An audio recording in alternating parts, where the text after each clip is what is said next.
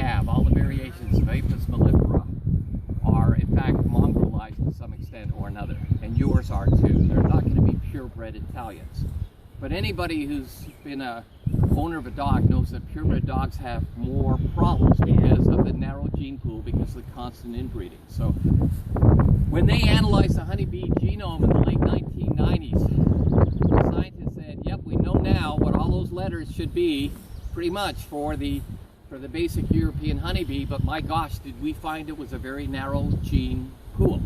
And that was because beekeepers are always advised to buy a new queen and requeen every couple of years for best productivity. And a new queen every year will almost certainly prevent swarming. But the problem with the new queen is we all go to one of a dozen or so major queen breeders, and that automatically means a very narrow gene pool. So we all had related bees all over the country.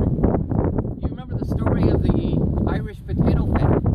You know how potatoes grow, right? You get a potato with eyes on it, you throw it on the ground, and it grows 100 more potatoes, and they're all genetically identical, those potatoes. They're all the same plant. All those thousands and thousands of bags. All the potatoes in Ireland were from one sack brought back from the Americas.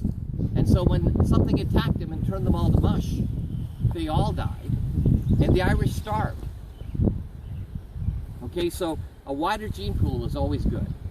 And so now I talk about making your own queen, or letting them make their own queen, and letting her fly out and take your chances on her mating flight.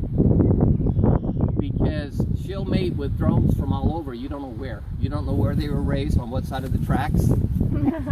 But it doesn't matter. You get a wider gene pool. We do our bit to improve the odds of better health for our bees, the odds of survivability. So a lot of the things that we're being taught to beekeepers actually work against.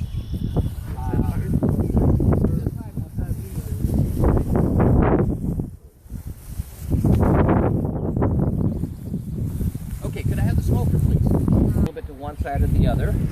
Even behind is good. Okay, so this has been quiet as a mouse. Take it off. Set it upside down, remember? Shot in the hole. This is the hole for the porter bee escape. Quiet. It's nice and warm. The propolis, it'll stretch like chewing gum. You see that? At 60, 65 degrees, that's hard like taffy. And it makes a real crack when you... If you get it on your clothes, use it running alcohol and Hear the roar?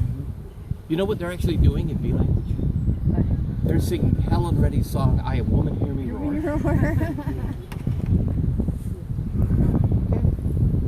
Take them off. There's a few bees on the lid. I put this to one side, or you could... I would suggest not wrapping your bees until you know that their personality is pretty docile. All right, this is a honey super. And what's the next step? Put it down on the lid. We want to get to the bottom of the hive, right? Start from the bottom up. And this hive gets inspected about 3 or 4 times a week with the students. So we get a little smoke underneath, and we wait for them to flap their wings, which means it dissipates everywhere. And of course, the purpose of smoke is to shut down the effectiveness of the pheromone. This is a queen excluder, not made out of plastic. These are like 10 bucks a piece, which is why you got the plastic one. And they come with wood going around them, like this one was, and it rots. And you get them also that are wire wrapped, and they last forever. So that's the queen excluder, keeps mom downstairs. So I'm just going to stack this out of the way. Okay, so we've got our 10 frames, and they're dated. This one says 10, then it's crossed out, and then it says 13. That means I replaced the foundation. This one said 2012, and I think a mouse got into it, so I replaced the foundation last year on that one. So this one says 2011. Most of them are dated. Sometimes in pencil like this one, this says 008, so that one is now 6 years. It's got to come out. And I may have looked at it and thought, gee, this one's had a couple of years out. It's very, very clean looking. Or I may have been to the point where I said, gee, I've got all these bees to install. I thought I had enough new frames, and I didn't. So that one will definitely be replaced.